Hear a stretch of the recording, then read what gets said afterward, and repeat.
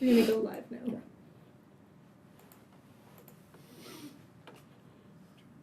Brand recognition here.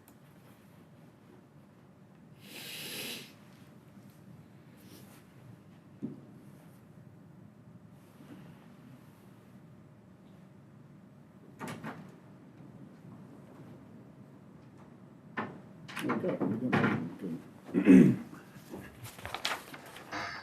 Good morning. Good morning. Just waiting for Marlena here. Hi, Marlena. Morning. You two ready? Yeah, okay. This is the Subdivision Committee for November 10th, 2022. We'll start with roll call. I'm Matt Goins, Planning and Building Services. Alex Sequeira, Transportation. Marlena Dooley, Environmental Health Land Use. Perfect, thank you. We're gonna move on to item 2A. Discussion and possible action, including adoption of resolution of the Mendocino County Subdivision Committee, finding that state or local officials continue to recommend measures to promote social distancing in connection with public meetings. Can I get a motion on that? I move that we approve item 2A. I second that. All in favor? Aye. All right, moving on to boundary line adjustments. 3A, case number B 2021, number 64. The owner and applicant is Salmer. Salmer Horn, and the agent is Richard Seal. The request is for a boundary line adjustment to reconfigure two boundary lines between two lots. Located in the coastal zone, 5.2 miles northwest of the town of Gualala, located or addressed at 46301 and 46351 Gypsy Flat Road.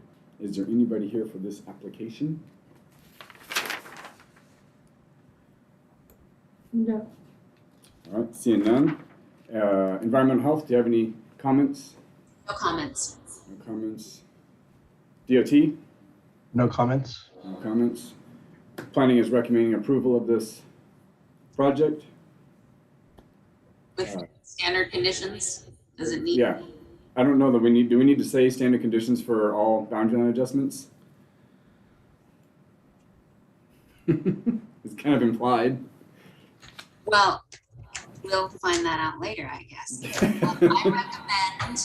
I move that we recommend approval to the Coastal Permit Administrator, boundary line adjustment 2021 0064.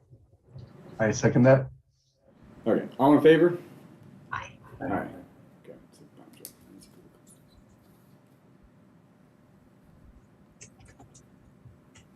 Sorry. On to item 3B. This is case number B 2022, number 29. Owner is, how do you say that?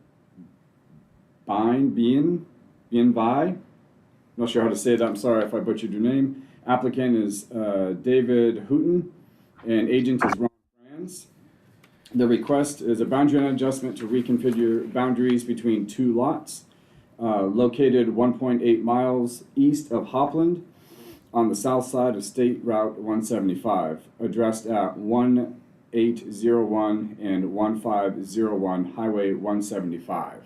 Is there anybody here for this application?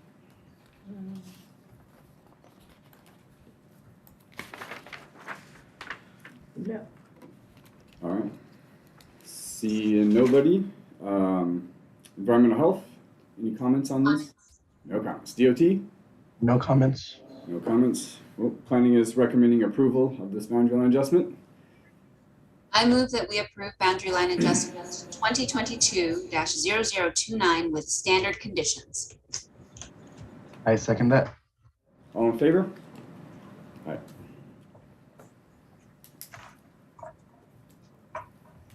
On to item 3C, case number B 2022, number 30.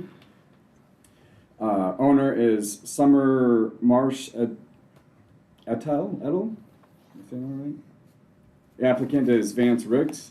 The request is for a boundary line adjustment to reconfigure the boundaries between two existing lots located 13 miles north of Laytonville Community Center in the Spy Rock area, lying on the east side of Registered Guest Road, addressed at 56701 Registered Guest Road. Is there anybody here for this application? I see no one here for this application. All right, seeing none. EH, any comments? No comments. No comments. DOT? No comments. All right.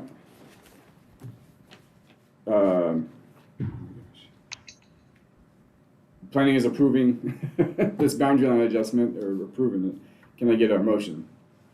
I move that we approve boundary line adjustment 2022-0030 with standard conditions. I second that. All in favor? Aye. All right, that's it for the boundary line adjustments. We're going to move on to minor subdivisions. Item 4A, case number MS 2022, number 2. The applicant and owner is Michael and Maribel Anderson. Agent is Wind Coastal Planning and Biology. The request is a minor subdivision of 14.07 acres into 2 separate parcels, located 2 miles north of the city of Fort Bragg Town Center, lying on the east side of State Route 1, addressed at 22601 North Highway 1. And we have some standard conditions here. Planning is going to go first and talk about their conditions, but I guess we should get other people on the line who want to talk about this project.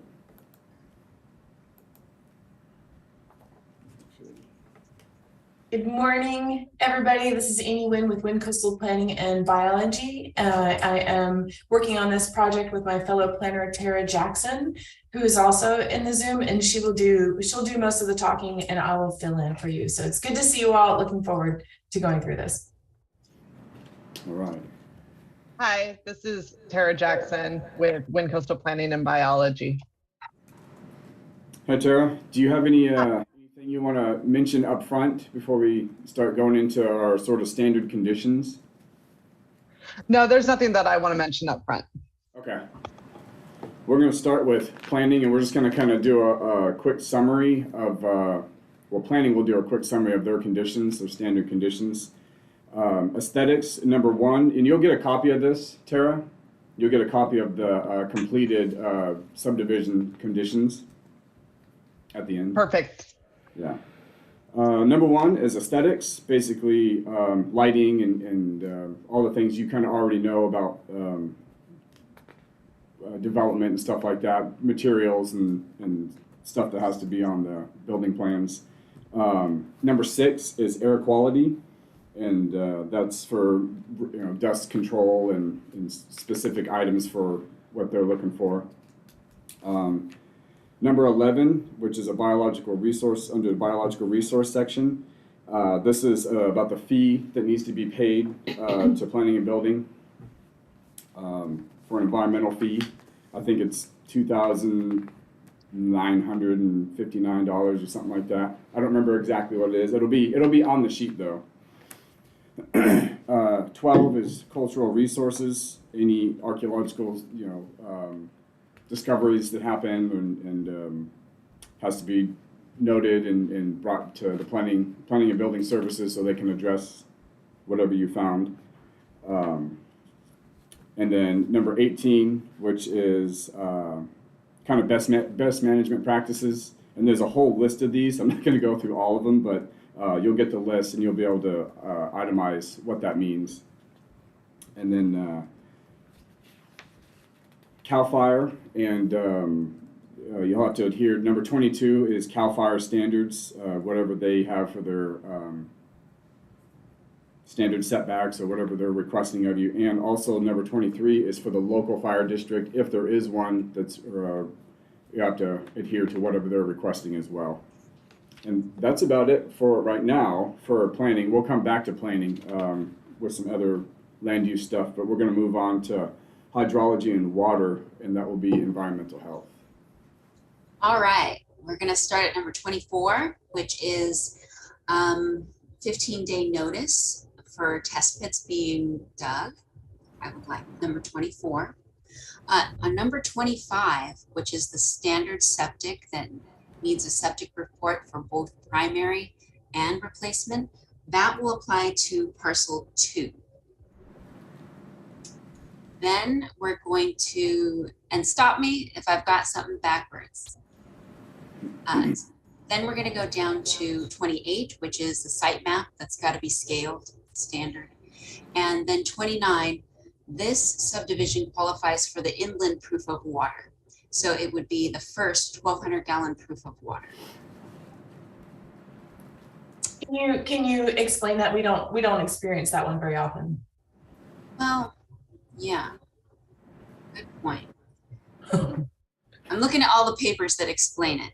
So because they're proposing parcels that are greater, because they're in marginal water resource designation starters, right? So in the coastal groundwater study, it breaks it down into parcel sizes, whether or not they need no investigation, proof of water, hydrologic study. The size of the proposed parcels, 4.77 and 9 point something, allow it to qualify out of hydrologic study. And environmental health has a coastal proof of water policy that speaks to the size of the parcels more specifically. And in that policy, it allows for an inland proof of water test to be conducted because they're staying above 2 acres. And I have a paperwork form with instructions for site evaluators on how to do an inland proof of water. It is very much like the 17-hour proof of water, but it typically only takes or requires 4 hours. And can that be performed at any time of year? As long, presuming it's done on a well, as long as that well is not a shallow well, like 40 feet or less, then it can be done anytime. If Okay, it's great. spring, then the proof of water would have to be done during the dry season. Okay, great. And then when you're done, I'm going to go back and ask a question about the condition 25. Okay. Site evaluation. All right, so then we've got condition 30, which is a standard mineral analysis being submitted with a prescribed list of items that have to be tested by a state certified lab. And that is the end of EHs, but we can go back to 25. Yeah. So on this parcel, or on this existing property, all of these structures are utilizing the septic area along the northern property line. So our goal was to retain that as an easement for the southern parcel 2. Because both of these parcels are already developed, and the development won't, there's no anticipation to change the development. The division is really just to separate the ownership of the industrial park from the logging company. So that's kind of the setup. And if you could talk to that, that would be really helpful.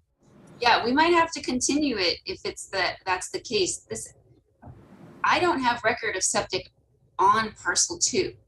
So this is a question to me about what existing infrastructure and what would this easement look like. We've got a policy for offsite easements that I would really want to go through and talk with you guys about.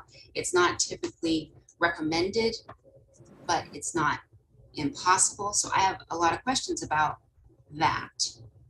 The septic is on parcel 1, which is the northern one, and not on parcel 2. So everything currently shares the septic on parcel 1 along the northerly. And so what we were proposing was to have an easement along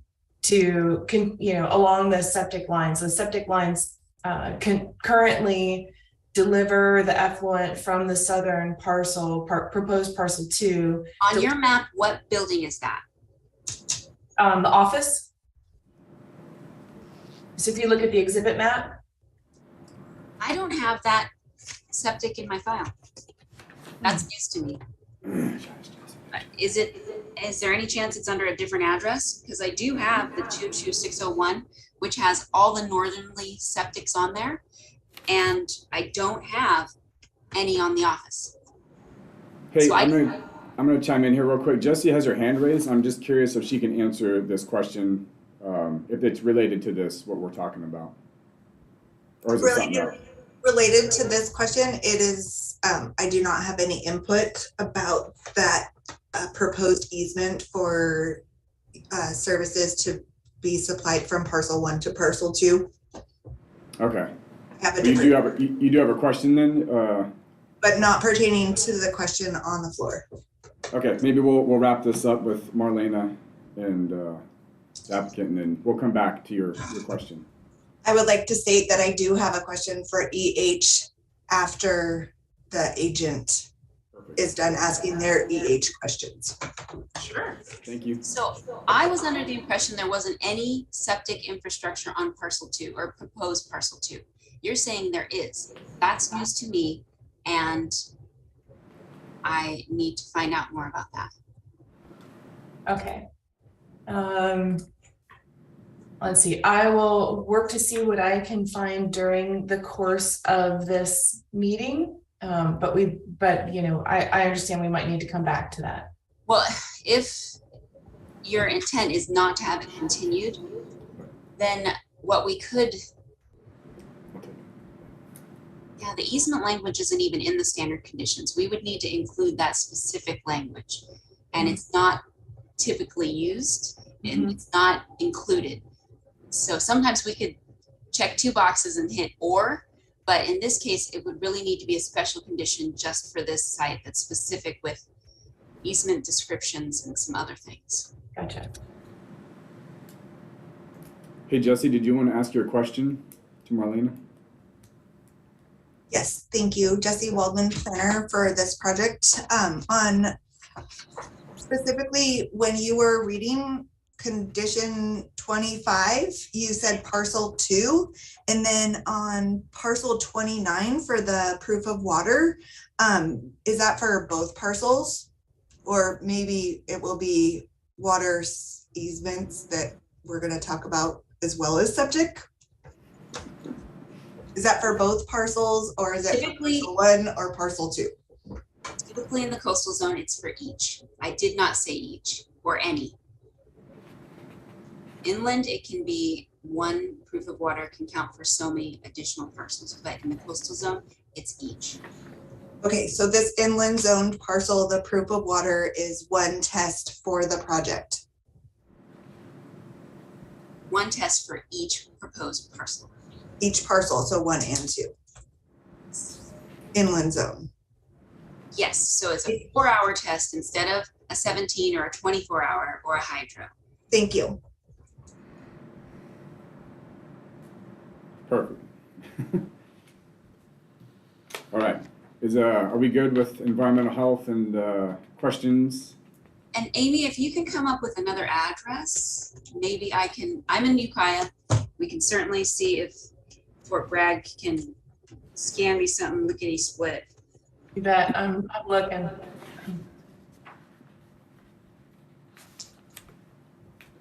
If I may, Yeah. Planner Waldman, I did pull the address file for the original large parcel that's being proposed, and I only have, I have notation of a 22601, a 22801. I've got 22601 here in my hands.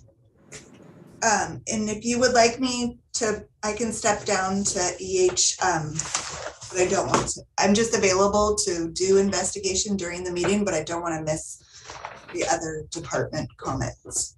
And You're- correct me if I'm wrong, but we can amend this should the existence of this other system and permits and how they're connected and the proposed easement be submitted and reviewed to EH before it goes to Planning Commission?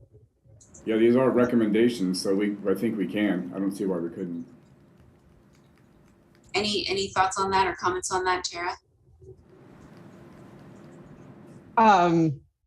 That would be great if we could be able to, rather than continuing the hearing, to go ahead and have just the recommendations amended before it goes to Planning Commission. Okay.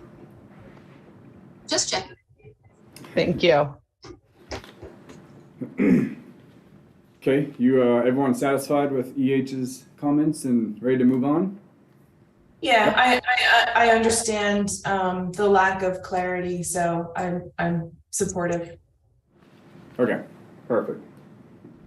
Then we're going to move on. There's actually nothing for land use and planning, so we're going to skip right down to transportation. Okay. So for transportation, we have 40C, which is if a parcel map is filed, all easements of record shall be shown on the parcel map. And then 40E, all natural drainage and water courses shall be considered as easements. If a parcel map is filed, such easements shall be shown on the final parcel map. And then 40F, this doesn't necessarily need to be a condition, more of a, just a statement. But this subdivision is located on or near a state highway. For dedications along the state highway, Mendocino County DOT defers to the recommendations of Caltrans.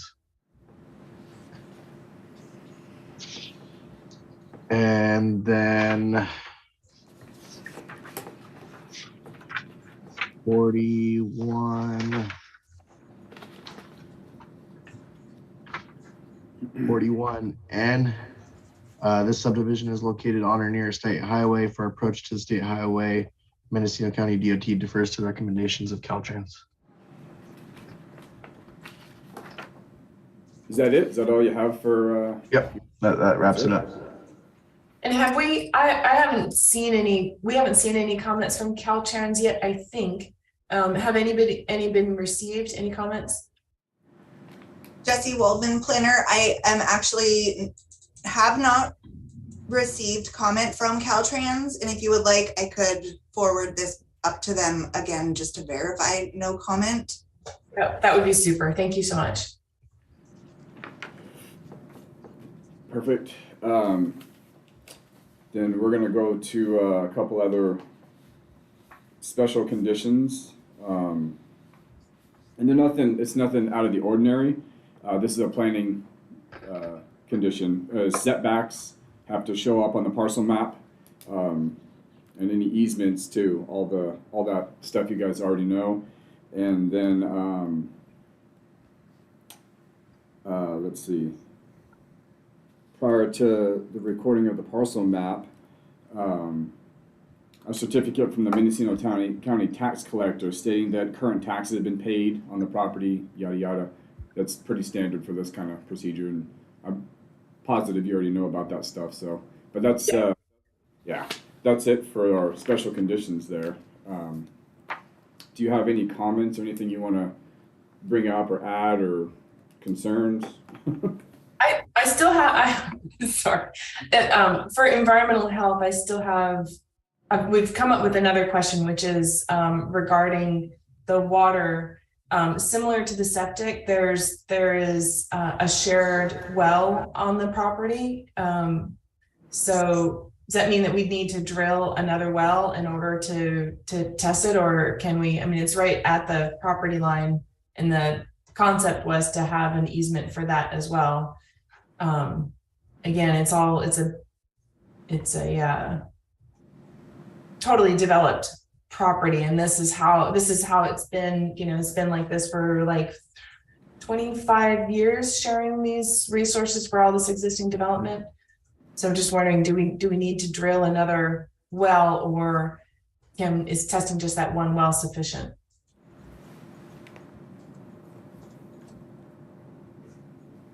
You're on mute, Marlena.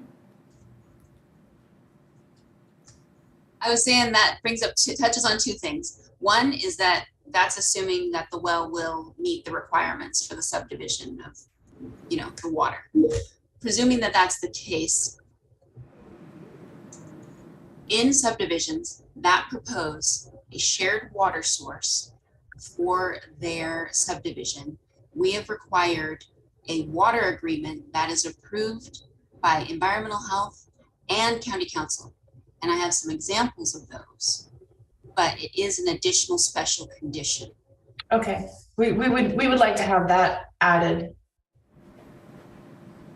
please. So we'll test the existing well. If that existing well has sufficient water per the groundwater I'm going to say this wrong, not groundwater study. Yeah, groundwater study. Then we'll go for the water agreement form, with the form and content approved by environmental health and county council. And if it's not, then that's when we would like to drill the second well. But since they've been operating this way for 25 years, Pretty confident. we'd like to go for that special condition. This isn't. It's not. So it's going to, not, it's going to. And is that something, Marlena, is that something that we need to continue in order to get that language? Or is that something that, it's a special condition, but you have it, we know that it's going to be in there as an option.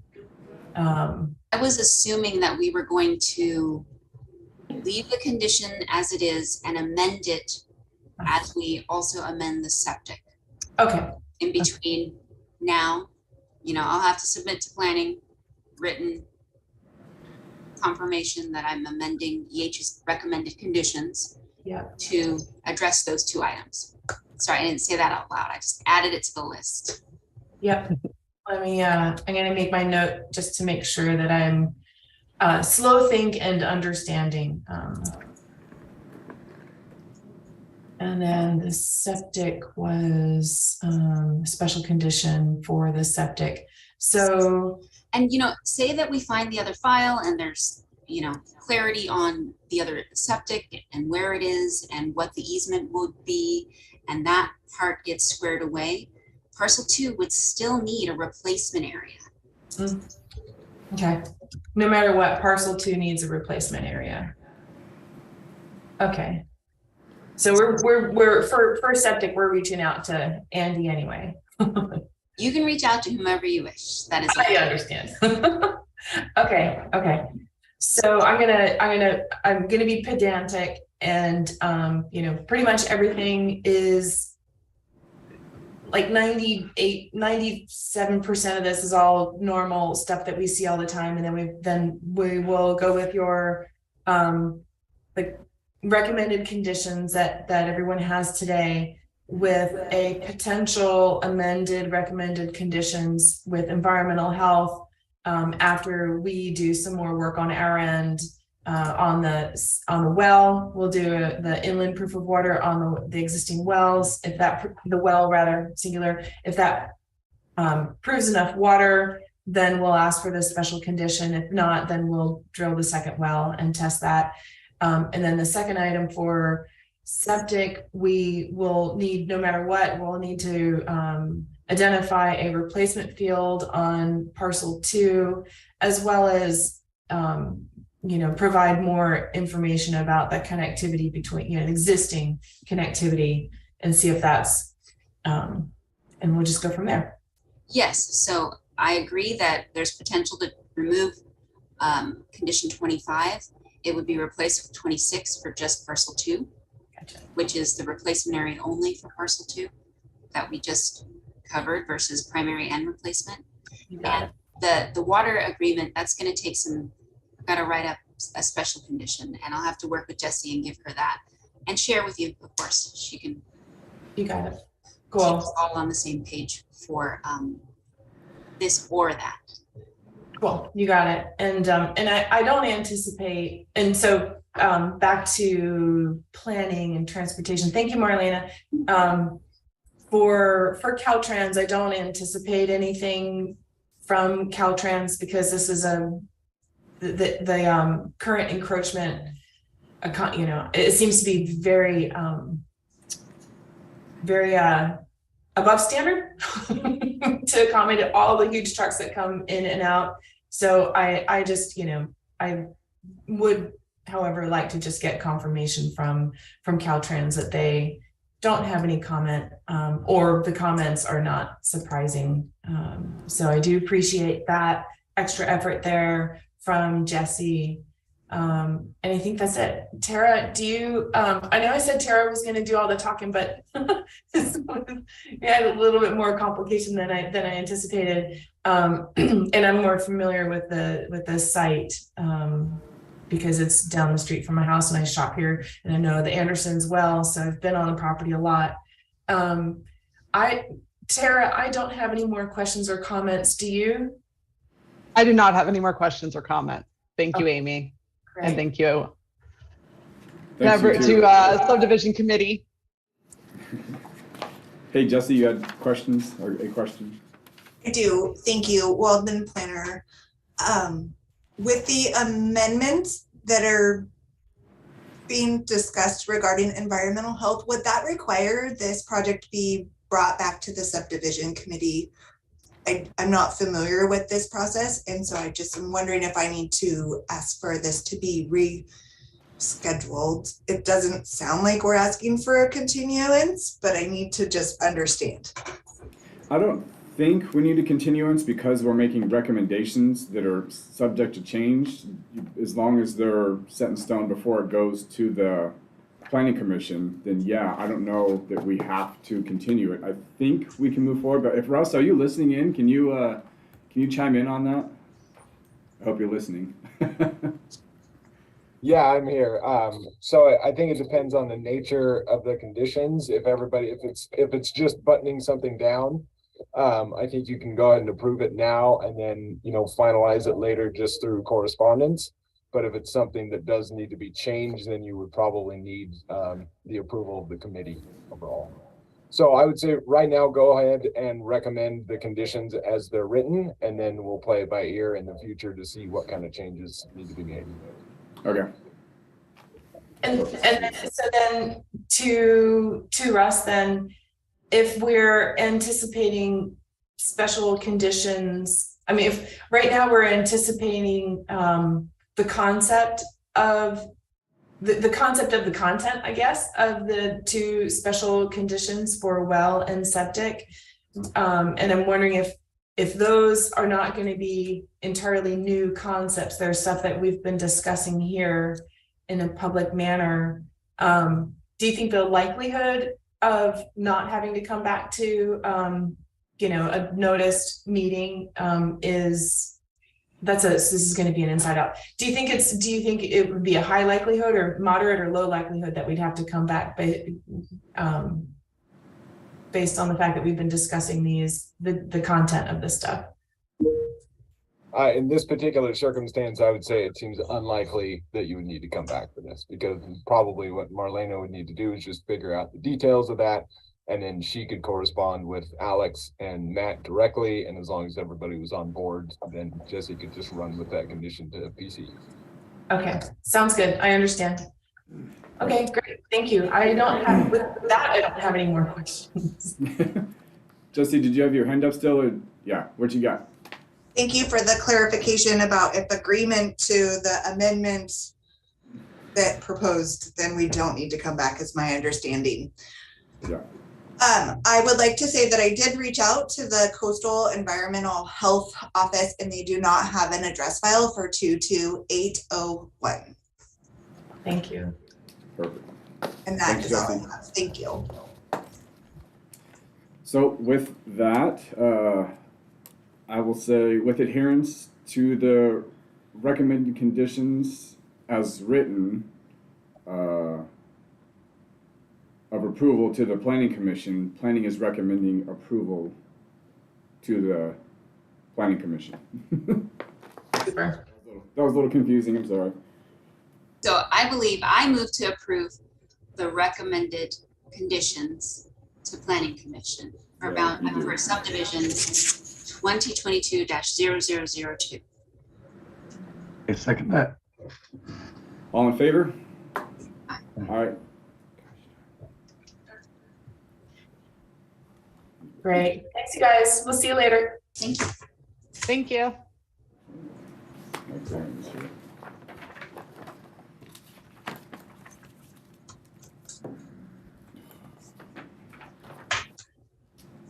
All right. We're going to move on to item 4B, which is case number MS 2022, number 3. Owner Roxanne Clement Rorick. Applicant is Munsell Civil Engineering. The request is a minor subdivision of an existing 214-acre parcel into 2 parcels with 1 remainder parcel. Located 6.5 miles north of Redwood Valley on the east side of Tom Kyle Road, addressed at 16250 and 17000 Tom Kyle Road. Is there anybody here for this application? Yes. There it is. Hey there. Can everyone hear me? Roxanne, can you hear me? Hi, how's it going? All right. Sorry. Hey. The court. Court, can you hear me? Yeah, Court Munsell here. Happy to answer any questions you guys may have as we go through this. Okay, perfect. Some of this is going to be sort of, if you were listening into the last one, it's going to sort of be a repeat of the same stuff with a few other things added for this project. We're going to start off with planning's standard conditions, aesthetics. You're probably very familiar with all this stuff. So do you want to go through this, Court? Do you want me to go through each item, or do you just want the sheet at the end of it? I mean, if there's anything that's unique to the project that we need to discuss in the individual sections, that's fine. And if not, I don't need to dig into the details of everything. Yeah, the only thing that is going to be unique is going to be the population of housing, the affordable housing. Are you familiar with that? Maybe you can just dig into that for us or lay that out. So this is, you know, if there's any concerns. Yeah, this is condition 39 for planning. There's a, so I'll just kind of read it to you. The subdivider shall pay into the County Affordable Housing Trust Fund. So you have a couple options with this because you're doing, there's 3 parcels. That's the 3 parcels. So you have 2 parcels that are going to be undeveloped. And you're going to pay a 2% tax on those parcels. So you can either pay into the Affordable Trust Fund, or you can build affordable housing on one of those lots, which you probably won't do. Most people just definitely wouldn't do that for a 2-lot. And this is a 2-lot with a designated remainder. So it should be based on the 2 undeveloped lots. And then my question is, can that, in the condition, can it be assigned that would be paid at time of building or prior to building permit issuance? I don't know the sequence of that. Hey, Russ, what's the sequence for the affordable housing? That's a condition of approval, so we would have to be paid prior to the parcel map being filed.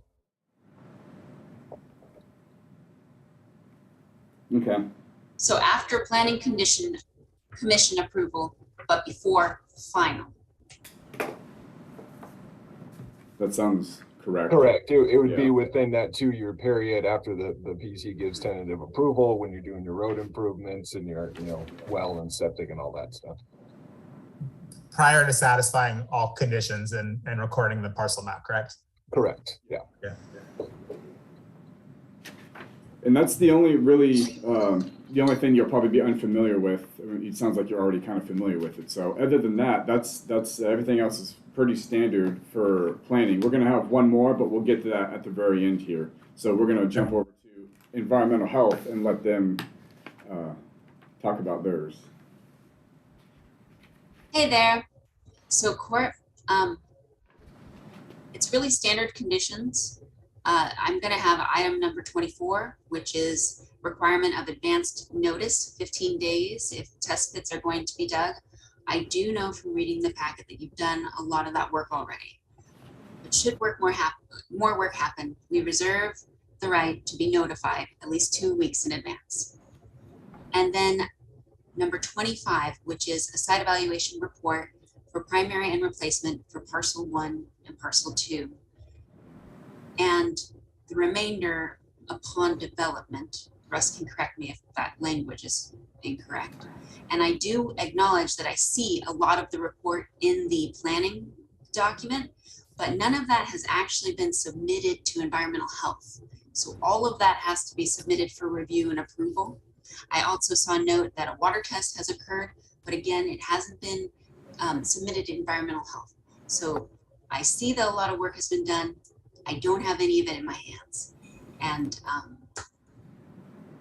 then I would continue on to item number 28, which is a map, 1 inch is equal to 50 feet or less. And the water requirement is the lowest water requirement, which is a proof of water inlet area, 1,200 gallon. And then the last item would be number 30, which is a standard mineral analysis for a very specific list of items. I can read them to you. No, that's not necessary.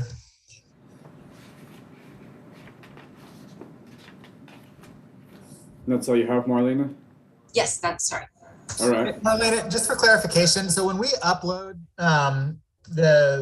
the soils information and the water testing that was completed, that doesn't get, those don't get routed to you, or they have to be submitted to you separate from that process? Yeah, that's why I pointed it out. I see a lot of work. I know you did a lot of work, but Yep. You have to submit each site evaluation report, 2 copies, standard operating procedure, 2 EH for review with review fee, and they have to be approved to meet the condition. Sure. Okay. We'll get those. Same for the water. That doesn't count.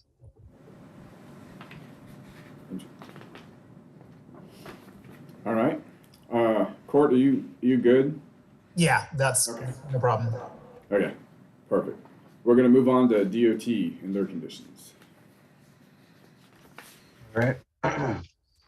So for transportation, we have 40B, which there shall be dedicated by parcel map 30 feet along the west side of Tom Kai Road to provide for the ultimate improvement of the county road. This width shall be measured from center line, so 30 feet from center line. 40C, if a parcel map is filed, all easements of record shall be shown on the parcel map. 40E, all natural drainage and water courses shall be considered as easements. And then we go to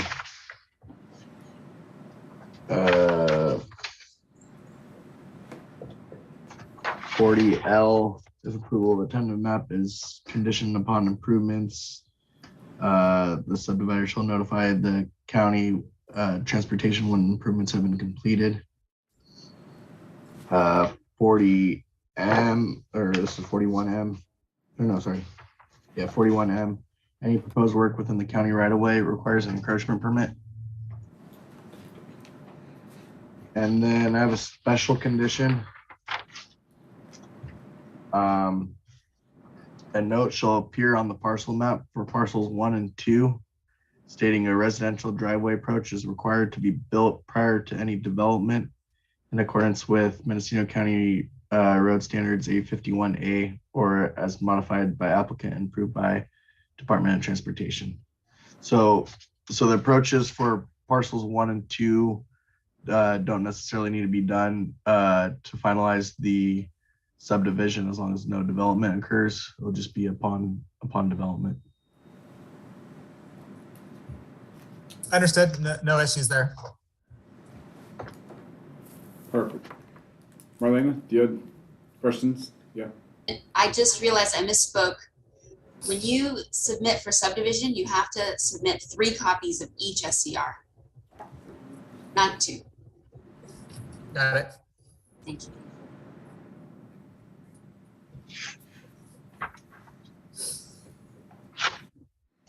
All right, that's it, DOT, yeah?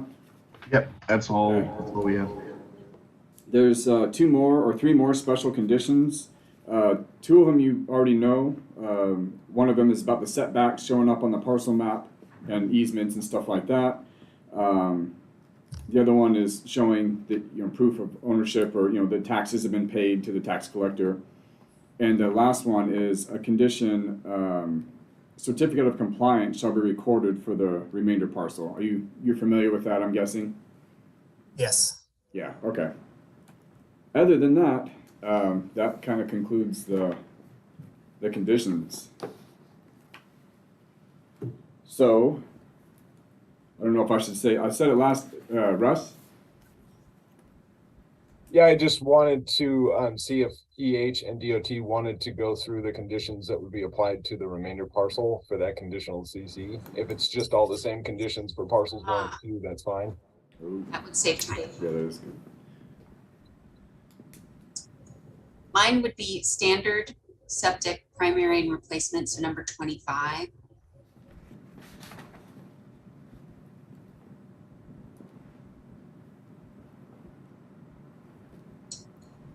If they meet the water condition here, I don't know that the water condition needs to be repeated. It wouldn't be needed twice, is my point. If I see. Does that make sense, Russ? But if it has to be mentioned in both, then fine.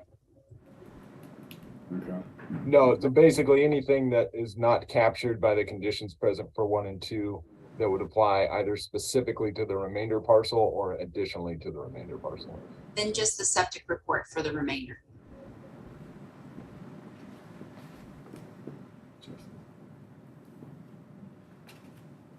Is that it for you, Marlena? Yeah? Alex, do you have any thing for the remainder parcel specifically? Nothing specific for the remainder parcel. The dedication, the 30-foot dedication, I don't know if we can condition that on the remainder. I don't know if you can make a. I don't know either. So I'm not looking at the tentative map. Does the remainder parcel adjoin the county road there? Yeah, lot 1 and 2 both front the county road. So I know definitely for lot 1 and 2, 30 feet yeah, from center line. And then remainder parcel has a section that fronts the county road as well.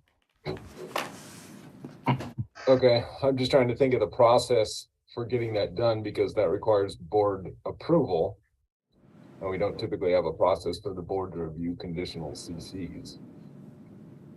So let's put it down for now, just to memorialize it, and then we can follow up offline and see what that would look like. Okay. All right, Liam, did you have anything you wanted to say? No? No, no comments. Okay. So if we're all good, I think we're gonna make a motion here to. You wanna do I'm that? ready. I'm ready as long as Roxanne and Court don't have any other questions. Okay. Court, if you can answer this, let me know. We can do it offline. But I was kind of looking for some clarification on the housing part that you mentioned at the beginning, the donation to the trust. Yeah, I actually have the same question. I understand the purpose or the necessity of that, but the specific dollar amount, how is that calculated? I'm not sure where is. Hey, Russ.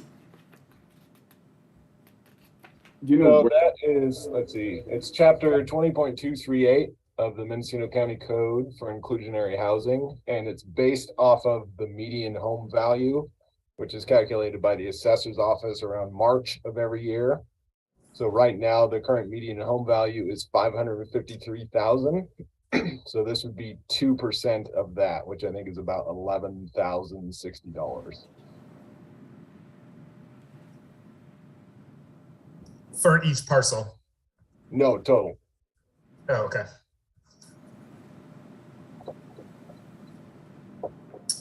And there, it just, in other jurisdictions, that is specifically tied to building permit issuance. Mhm. So I know, and maybe it's different in Mendocino County, but I wanted to verify that there's no option to tie that specific to when building permits are pulled for parcels 1 and 2. Correct, because basically the options are, we do this at the subdivision level because your options are to either build the housing yourself, and that would be a whole separate process of conditions, Sure. or to pay the money to the county so the county can use it to build housing at a later date. Sure. It just seems that at the time of building permit issuance, that to me, that would seem the appropriate time to collect those fees rather than when land subdivision occurs, but development hasn't occurred. Right, yeah, no, I see that. I think the issue there is that, you know, if the developer sells the parcel, then it's the new buyer that's responsible for doing this development, and we typically put all the burden of the development getting the parcel ready on the developer. Mm-hmm.